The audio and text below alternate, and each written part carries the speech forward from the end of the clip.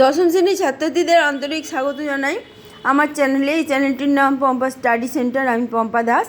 এখানে ইতিহাস, ভূগোল, বাংলা যত্ন সহকারে পড়ানো হয় ক্লাস 8, 9, 10। আজকে আসছি কোশ্চেনের বিষয়, যেটা হচ্ছে মাধ্যমিক পরীক্ষার্থী। সম্প্রতি মাধ্যমিক পরীক্ষা শেষ হয়েছে এবং 2026 সালে যে মাধ্যমিক পরীক্ষা হলো তার বাংলা কোশ্চেন পেপার নিয়ে আমি এসেছি এবং এর যেটা অ্যান্সার সেটা আমি বলে দেবো। দেখো, এর আগে আমি অনেক ভিডিও দিয়েছি এবং সেখানে ইতিহাস, ভূগোল, বাংলা বিষয়ে তো প্রচুর ভিডিও আছে। এছাড়া সম্প্রতি যে মাধ্যমিক পরীক্ষা হলো তার ভূগোল এবং ইতিহাসেরও কোশ্চেন অ্যান্সার আমি বলে দিয়েছি। দেখো, আসছি বাংলার বিষয়। চ্যানেলটিকে সাবস্ক্রাইব করে রেখো এবং লাইক আর কমেন্ট করে জানাতে ভুলো না যে কেমন লাগছে। দেখো, আসছি কোশ্চেনে। ছদ্মবেশে সেদিন হরিদার রোজগার মন্দ হয়নি। কোন ছদ্মবেশে? বাইজি।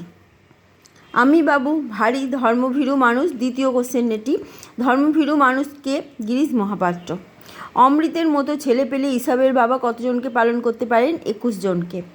ঠিক আছে। আচ্ছা, 4 নম্বর কোশ্চেন।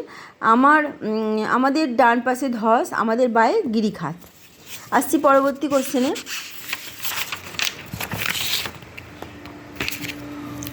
দেখো, পোলে উল্লাস কবিতার উৎসগ্রন্থ কী? উৎসগ্রন্থ হচ্ছে অগ্নিবীণা।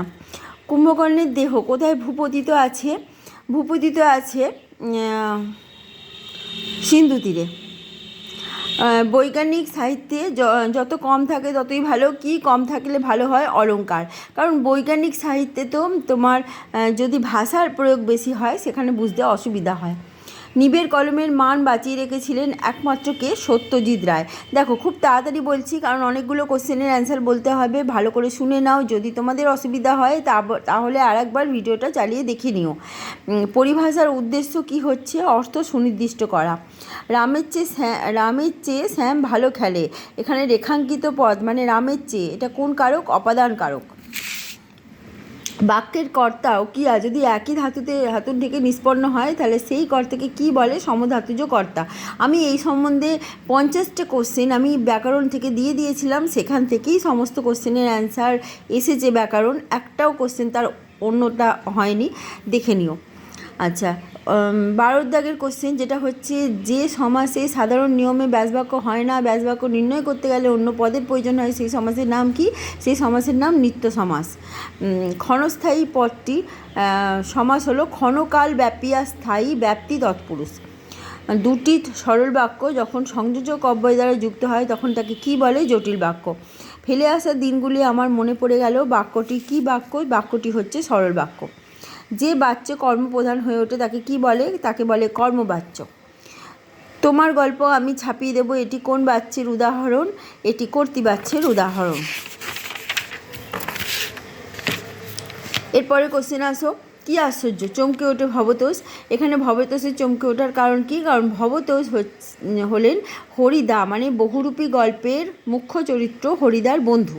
সে হরিদার যে বিরাগী সাজ তার হরিদার ঘরে পড়ে থাকতে দেখেছিল, তাতেই সে বুঝতে পেরেছিল যে হরিদাই সেই ব্যক্তি যিনি বিরাগী সেজেছেন। ঠিক আছে। অথচ বিরাগী সাজসজ্জা খুবই সাধারণ ছিল। উত্তরীয় আর একটি ধুতি আর কাঁধে একটি ঝোলা, তাতে আছে গীতা।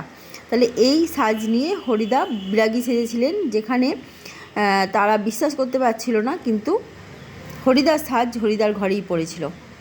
অমৃতের বয়স কত? অমৃতের বয়স 10 বছর। এই ভীষণ মধুর শব্দ শুনিতে শুনিতে সর্বাঙ্গ অবসন্ন হইয়া আসিতেছে। এই কোন ভীষণ মধুর শব্দ উদ্দিষ্ট ব্যক্তিকে অবসন্ন করেছিল? নদের চাঁদে, যেখানে নদীর বিদ্রোহ গল্পের মুখ্য চরিত্র নদের চাঁদ যেখানে কাজ করতো, সেটা হচ্ছে একটি স্টেশন। সে ছিল সেখানকার স্টেশন মাস্টার। সেই স্টেশনের কাছাকাছি একটি নদী ছিল, যে নদী 5 দিনের প্রবল বর্ষণে প্লাবিত হয়েছে এবং একটা মানে যেটাকে বলে অতিরিক্ত জলের প্রবাহের কারণে একটা ভয়ঙ্কর শব্দ হচ্ছে। অথচ নদীর একটা কলকল শব্দ তো রয়েছে, সেটা একটা মধুর শব্দ, কিন্তু নদী যখন ভয়ঙ্কর আকার ধারণ করেছে বর্ষার কারণে, তা ভীষণ রূপ ধারণ করেছে। তাই নদের চাঁদ সেই শব্দ বসে শুনছিল যখন রেল লাইনের ধারে বসে ব্রিজের স্তম্ভের পাশে বসে, তখন তার ভয় লাগছিল, তার শরীর অবসন্ন হয়ে আসছিল। মুখ ফিরিয়া হাসি গোপন করিল। এখানে অপূর্ব যে পুলিশ স্টেশনে গিয়েছিল তার চুরির বৃত্তান্ত বৃত্তান্ত জানিয়ে ডায়েরি করতে, সেখানে গিয়ে সে সব্যসাচী মল্লিক, বিপ্লবী সব্যসাচী মল্লিককে ধরপাকড় হচ্ছে জানতে পারে, এবং সেখানে গিরিশ মহাপাত্র বলে একটি ব্যক্তিকে পুলিশ ধরেছিল, তার সাজসজ্জা ছিল অদ্ভুত। সেই অদ্ভুত দর্শন সাজসজ্জা বিশিষ্ট গিরিশ মহাপাত্রকে দেখে অপূর্ব হাসি গোপন করছিল। সারা বাড়িতে শোরগোল পড়ে যায়। কী নিয়ে শোরগোল পড়ে যায়? তপন কুমার রায় গল্প লিখেছে, গল্পের নাম প্রথম দিন, এবং সেটি ছাপা হয়েছে সন্ধ্যাতারা পত্রিকায়, এবং ছাপিয়ে দিয়েছেন কে? তপনের নতুন মেসো। সেইটা জানতে পেরে তপনের বাড়িতে শোরগোল পড়ে যায়। চারিদণ্ড এই মতে, এক দণ্ড মানে কত সময়? এখানে এক দণ্ড মানে কত সময় সেটা আমি পরে বলে দেবো। এখানে এই কোশ্চেনটা স্কিপ করে যাও। এই কোশ্চেনটা যদি কেউ করে থাকো তাহলে কমেন্ট বক্সে জানিও। দেখো, ভুল উত্তর দেওয়া তো কোনো মানে হয় না, আমি কমেন্ট বক্সে জানিয়ে দেবো এক দণ্ড মানে কত সময়। ক্ষমা করো, এই উক্তির মধ্যে দিয়ে কবির কী মনোভাব প্রকাশ পেয়েছে? দেখো, অন্যায় যে করে আর অন্যায় যে সহে, তারা দুজনেই সমান অপরাধী।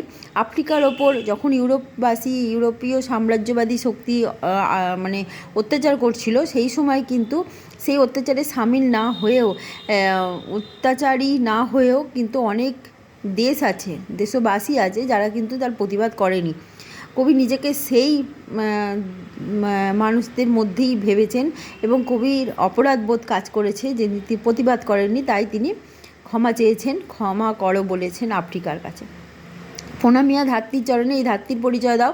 এই ধাত্রী হলেন যে ধাত্রীকে, যেটা হচ্ছে অভিষেক কাব্যাংশে যে ধাত্রীকে রাবণপুত্র ইন্দ্রজিৎ দেখছেন, তাকে তিনি তার ধাত্রীমা মানে পালিতা মা প্রভাসা মনে করছেন, কিন্তু সে পালিতা মা প্রভাসা নন, তিনি হচ্ছেন লক্ষ্মী দেবী, যিনি জলদেবী বারুণী যখন মুরলীকে নির্দেশ পাঠিয়েছিল লক্ষ্মী দেবীর কাছে যেতে, এবং লক্ষ্মী দেবী ইন্দ্রজিতের ধাত্রীমা প্রভাসার ছদ্মবেশে ইন্দ্রজিতের কাছে উপস্থিত হন, এবং এখানে সেই লক্ষ্মী দেবীর চরণেই প্রণাম জানায় ইন্দ্রজিৎ, কিন্তু সেভাবে তার ধাত্রীমা প্রভাসাকে প্রণাম করছে।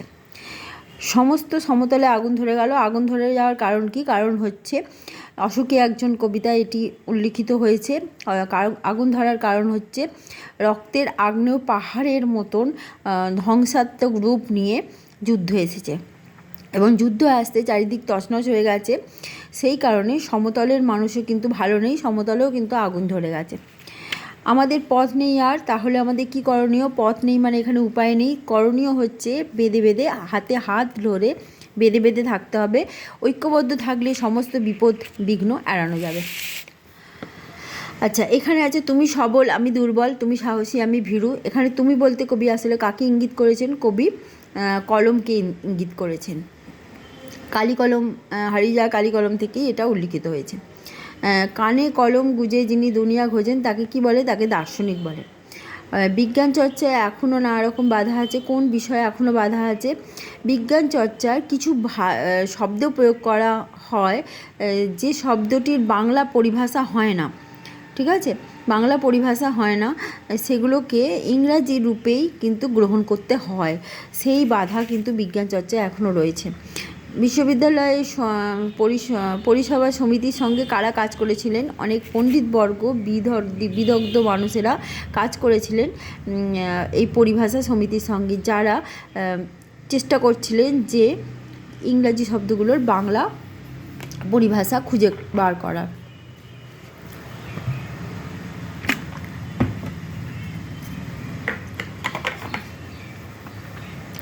দেখো, অনুক্তকর্তা কাকে বলে? যে কর্তাকে উক্তই করা হয়নি, বলাই হয়নি। যেমন হয়তো কেউ বলছে যে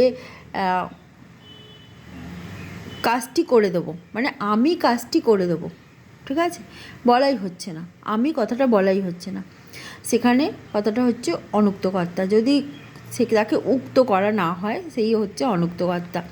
যেমন আমি যদি বলি এদিকে এসো, মানে তুমি এদিকে এসো, এটাই বলতে চাইছি। তাহলে এখানে অনুক্ত কে আছে? তুমি। তাহলে যাকে, যে কর্তাকে উক্ত করা হয় না সেই হচ্ছে অনুক্ত কর্তা। জনে জনে নিমন্ত্রণ করেছি, এই পদ, নিম্নলিখিত পদটি কোন জাতীয় কর্ম? এটা হচ্ছে কর্মের বিপসা হয়েছে, মানে একই শব্দ দুবার প্রয়োগ হয়েছে জনে জনে। আকাশবাণী সমাসবদ্ধ পদটির ব্যাসবাক্য সহ সমাস লেখো। আকাশ হইতে বাণী, আকাশবাণী, এটা হচ্ছে অপাদান তৎপুরুষ সমাস। দ্বিগু সমাসের একটি উদাহরণ, দ্বিগু হচ্ছে সংখ্যাবাচক একটি সমাস যেখানে সংখ্যা বোঝায়। পাঁচ ফোড়নের সমাহার হয় সে মানে হচ্ছে তিন তার, সে তারের সমাহার, সে তার, ঠিক আছে। এগুলো সব দ্বিগু সমাসের উদাহরণ। অলোপ সমাস কাকে বলে? যেখানে সমাসবদ্ধ পদ এবং বিশ্লেষণ বাক্য বা ব্যাস বাক্য একই রকম থাকে, ব্যাস বাক্য সমাসবদ্ধ পদে অপরিবর্তিত থাকে, সেটা হচ্ছে অলোপ, কোনো বিভক্তি লোপ হয় না, তাকে বলে অলোপ সমাস। যেমন দুধে ভাতে, দুধে ভাতে, ঠিক আছে, মায়ে ঝিয়ে, মায়ে ঝিয়ে, এরকম। তারপরে অলোপ সমাস তিন ধরনের হয়, বহুব্রী অলোপ, ঠিক আছে, অলোপ দ্বন্দ্ব হয়, আর অলোপ তৎপুরুষ হয়। বাক্য নির্মাণের শর্তগুলির নাম কি? তিনটি শর্ত আছে, যেটা হচ্ছে যোগ্যতা, আকাঙ্ক্ষা, আসক্তি।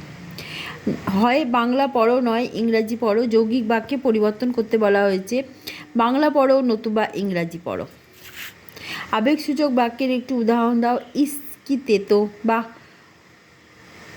এটাও আমরা বলতে পারি আহা কি মনোরম দৃশ্য, আবেগসূচক। বাড়িতে খবর দিয়েছেন, কর্মবাচ্যে রূপান্তর করো বলেছে, কর্মবাচ্যে রূপান্তর করলে হবে বাড়িতে খবর দেওয়া হয়েছে। কর্মকর্তৃবাচ্যের একটি উদাহরণ, কর্ম যেখানে কর্তা, যেমন আমি শাঁখ বাজাচ্ছি, এখানে শাঁখ কর্ম, কিন্তু যদি আমি বলি শাঁখ বাজছে, ঢাক বাজছে, ট্রেন ছুটছে, তাহলে এগুলো সবই কর্মকর্তৃবাচ্যের উদাহরণ, কর্ম এখানে কর্তা হয়ে গেছে। আচ্ছা, এরপরে পরের কোশ্চেন 3-এ আসি। বলা হচ্ছে, শুনেছেন হরিদা কি কাণ্ড হয়েছে?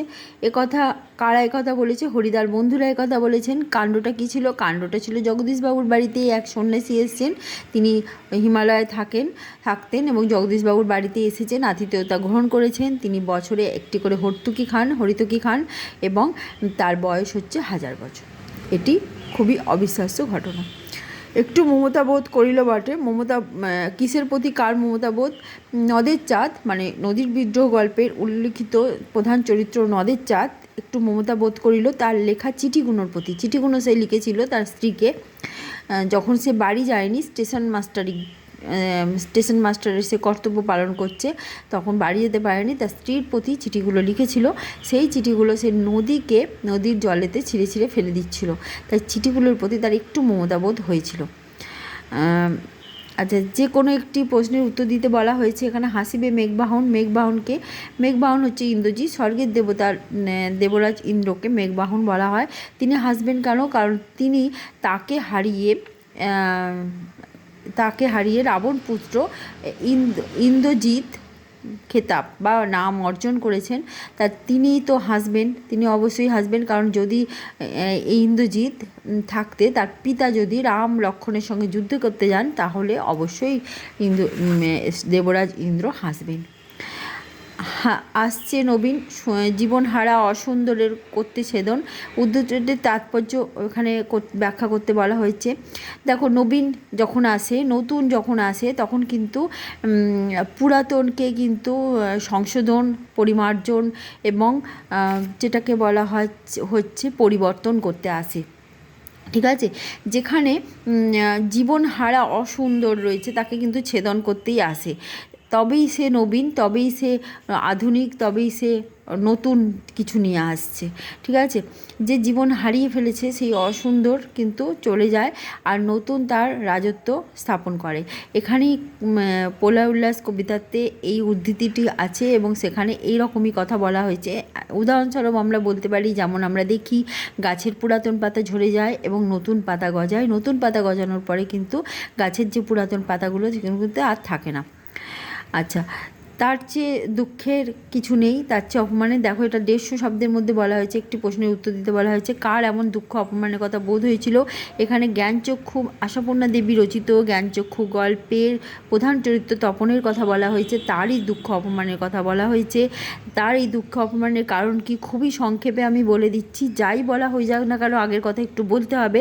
তপন খুব লেখালেখি করতে ভালোবাসতো, লেখক হওয়াটা তার জীবনের একটা ইচ্ছা ছিল। যখন সে জানতে পারে যে নতুন মেসো লেখক, তার মন খুব উল্লসিত হয়ে ওঠে এবং তার নিজের লেখাটা পড়ে যখন নতুন মেসো এটা বলেন যে লেখাটা ভালো হয়েছে, ছাপানোর যোগ্য, তখন তার উৎসাহের আর কোনো সীমা থাকে না, সে খুবই আনন্দিত হয়। কিন্তু যখন ছাপানো হয়, লেখাটি ছাপানোভাবে ফিরে আসে, তখন দেখা যায় যে কারেকশানের নাম করে তপনের নতুন মেসো সবটাই পাল্টে দিয়েছেন। এবং এই পাল্টে দেওয়ার মধ্য দিয়ে, এটা পাল্টে দেওয়াটা কিন্তু তপনই খালি জানতে পারলো যখন তপন লেখাটা পড়লো।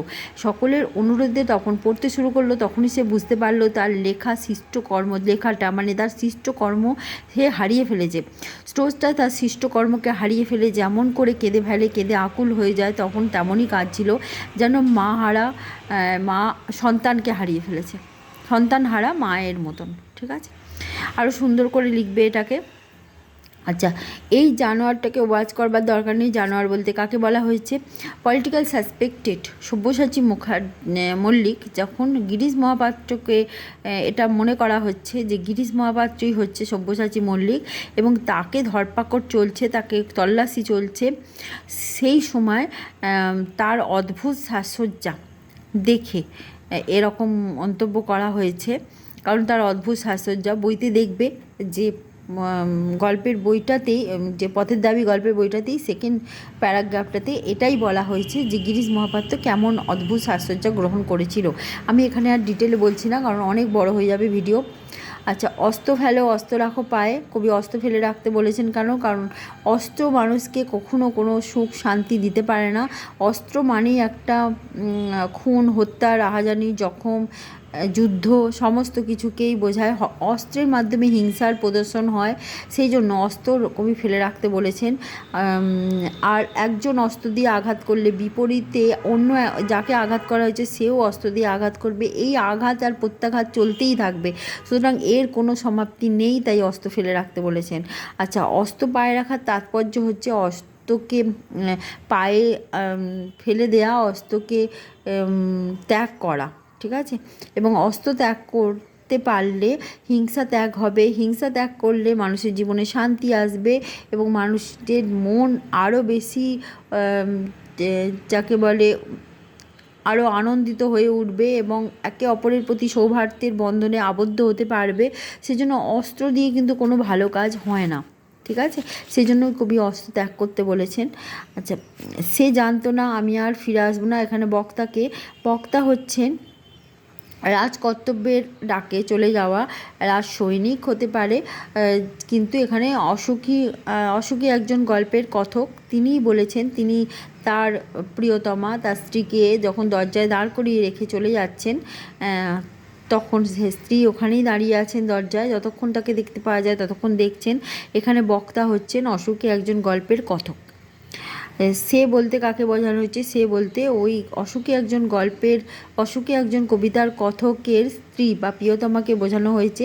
বক্তা ফিরে না আসার কারণ কি? কারণ সপ্তাহ, মাস, দিন, বছর কেটে যাওয়ার পর রক্তের আগ্নেয় পাহাড়ের মতন যুদ্ধ এসেছে এবং ধরা যেতেই পারে যুদ্ধের ডাকেই বক্তা তার ঘর ছেড়েছেন এবং তিনি অনির্দিষ্টকালের জন্য দেশ ছেড়ে, হয়তো ঘর ছেড়ে, তার স্থান ছেড়ে, তার সুখী গৃহ পরিমণ্ডল ছেড়ে পাড়ি দিয়েছে দূর দেশে এবং সে বলে যায়নি কবে আসবে এবং যার স্ত্রী, সে জানতেও না সে ফিরে আসবে কি না, সেটা সে জানতো না, কারণ বক্তাও তা জানতেন না। ঠিক আছে, যে তিনি ফিরে আসবেন না সেটা তিনি জানতেন না, সেই জন্য তার স্ত্রীকে সেটা জানাতেও পারেননি। তার স্ত্রী কিন্তু বিরহ বেদনায় অত্যন্ত কষ্টের মধ্যে দিয়ে অপেক্ষা করতে করতে দিন গুজরান করছেন এবং তার কাছে বছরগুলো পাথরের মতন মাথায় নেমে আসছে। ঠিক আছে, এবং মনে হয় যতদূর সম্ভব যুদ্ধের কাজেই বক্তা অন্য দেশে পাড়ি দিয়েছেন। আচ্ছা, আশ্চর্য সবই অবলুপ্তির পথে। এখানে 5 নম্বরে এই কোশ্চেনটি, কোন জিনিসটি অবলুপ্তির পথে? এখানে হারিয়ে যাওয়া কালি কলম থেকে নেওয়া হয়েছে। এখানে লেখকের যে কালি তৈরি করা বা তৈরি করা নিজে হাতে তৈরি করা কালি, পেন, সমস্ত কিছুই অবলুপ্তির পথে। কারণ এখন খুবই মানে বাজারে গেলেই খুবই সহজে পেন, কালি সবই পাওয়া যায়, সেই জন্য কালি কলম সবই অবলুপ্তির পথে। কীভাবে জিনিসটি অবলুপ্তির পথে গেল আলোচনা করতে বলা হয়েছে। এখানে আস্তে আস্তে অবলুপ্তির পথে গেছে। ধীরে ধীরে মানুষ কি করেছে না, কালির দোয়াত তৈরি করেছে। দোয়াতে পালকের কলম ডুবিয়ে ডুবিয়ে লেখালেখি শুরু করেছিল। তাতেও অসুবিধা হচ্ছিল, কারণ পালকের মুখটাকে সরু করতে হবে এবং দোয়াত উল্টে গিয়ে কাগজপত্র নষ্ট হয়ে যাওয়ার ভয় ছিল। তারপরে বড়ি আকারে কালি আসে এবং জলে গুলে নিলেই সেই কালিটা তৈরি হয়ে যেত। এরপরে ফাউন্টেন পেন আসে, ফাউন্টেন পেন কালি ভরে নিয়ে ঝর্ণা কলম বলে যেটাকে, এবং তারপরেই আসে ডট পেন। এভাবে ধীরে ধীরে এসেছে। অবশ্যই স্টেপ বাই স্টেপ পর্যায়ক্রমে এটা লিখতে হবে। আচ্ছা, এখানে আমাদের আলংকারিকগণ শব্দের ত্রিবিধ কথা বলেছেন। এইখানে এই যে কোশ্চেনটি কিন্তু এর সঙ্গে অর আছে, সেই জন্য আমি যে কোনো একটা বলে দিলাম, ঠিক আছে। আচ্ছা, তোমাকে আমরা তোপের মুখে উড়িয়ে দিতে পারি জানো, এখানে কাকে উদ্দেশ্য করে বলা হয়েছে? এটা সিরাজদৌল্লা নাটক থেকে নেওয়া হয়েছে। সিরাজ বলেছেন এটা ওয়ার্ডকে, ঠিক আছে, বলেছেন। আচ্ছা, বক্তার এমন কথা বলার কারণ কি? বক্তার সিরাজের বা সিরাজদৌল্লার, তিনি বাংলার শেষ স্বাধীন নবাব, তার একথা বলার যথেষ্ট কারণ ছিল। কারণ তিনি জানতে পেরেছিলেন ইস্ট ইন্ডিয়া কোম্পানি তার বিরুদ্ধে ষড়যন্ত্র করছে এবং রেসিডেন্ট হিসেবে তারা ওয়ার্ডসকে তার রাজসভায় রেখেছিল এবং সেই হুমকি সূচক যে চিঠিটি ইস্ট ইন্ডিয়া কোম্পানি তাকে পাঠিয়েছিল, তার হাতের লেখাটা কিন্তু ওয়ার্ডসেরই ছিল। সেই জন্য যত কিছু রাগ তার ওয়ার্ডসের ওপরই এসে পড়ে, সেই জন্য ওয়ার্ডসকেই সে এই কথাটা বলেছিল রাজসভাতেই। জাতির সৌভাগ্য সূর্য আজ অস্তাচলগামী। বক্তাকে এখানেও বক্তা সিরাজ, এবং এখানে তিনি জানতে পেরেছেন যে তিনি যে নবাব হয়েছেন তাতে কিন্তু তার সভাসদদের মধ্যে অনেকেই, যেমন জগৎ শেঠ, রাজবল্লভ, তারপরে মির্জাফর, ঠিক আছে, এরকম দুর্লভ রায়, এরা সবাই কিন্তু তার বিপরীতে ছিল, তার বিরুদ্ধে ছিল এবং তারা তলে তলে সিরাজের বিরুদ্ধে ষড়যন্ত্র করছিল ইস্ট ইন্ডিয়া কোম্পানির সঙ্গে হাত মিলিয়ে। তার সঙ্গে ছিল তার মাসি ঘসেটি বেগম, এবং এদের এই যে দুরভিসন্ধি সিরাজ কিন্তু জানতে পারে এবং এটাও বুঝতে পারে যে সিরাজকে হারিয়ে সিংহাসন দখল করা কিন্তু তাদের একটা উদ্দেশ্য, এবং সেই উদ্দেশ্য চরিতার্থ যদি একবার হয়ে যায় তাহলে কিন্তু বাংলা, বিহার, উড়িষ্যার নবাব যেমন সিংহাসনচ্যুত হবে, পাশাপাশি কিন্তু অধিকার করে নেবে ইস্ট ইন্ডিয়া কোম্পানি, এবং তাদের তোষামতকারী যে দ্বারা আছে তারা কিন্তু তাদের থেকে কিন্তু সেটা কেড়ে নিতে পারবে না, কারণ তারা তোষামত প্রিয়, ঠিক আছে, তাদের স্বাধীন কোনো সত্তা নেই। সেই জন্য জাতির সৌভাগ্য কিন্তু অস্তমিত হবে যদি পলাশির যুদ্ধে সিরাজের হার হয় তো। আচ্ছা, এরপরে আসছি, কম বেশি 150টি শব্দের মধ্যে যে কোনো দুটি প্রশ্নের উত্তর দিতে বলা হয়েছে। এখানে কোনি থেকে বলা হয়েছে। দেখো, এর পরের কোশ্চেনগুলো যদি জানতে চাও তাহলে পরের ভিডিও দেখো, কারণ ভিডিও অনেক বড় হয়ে গেছে।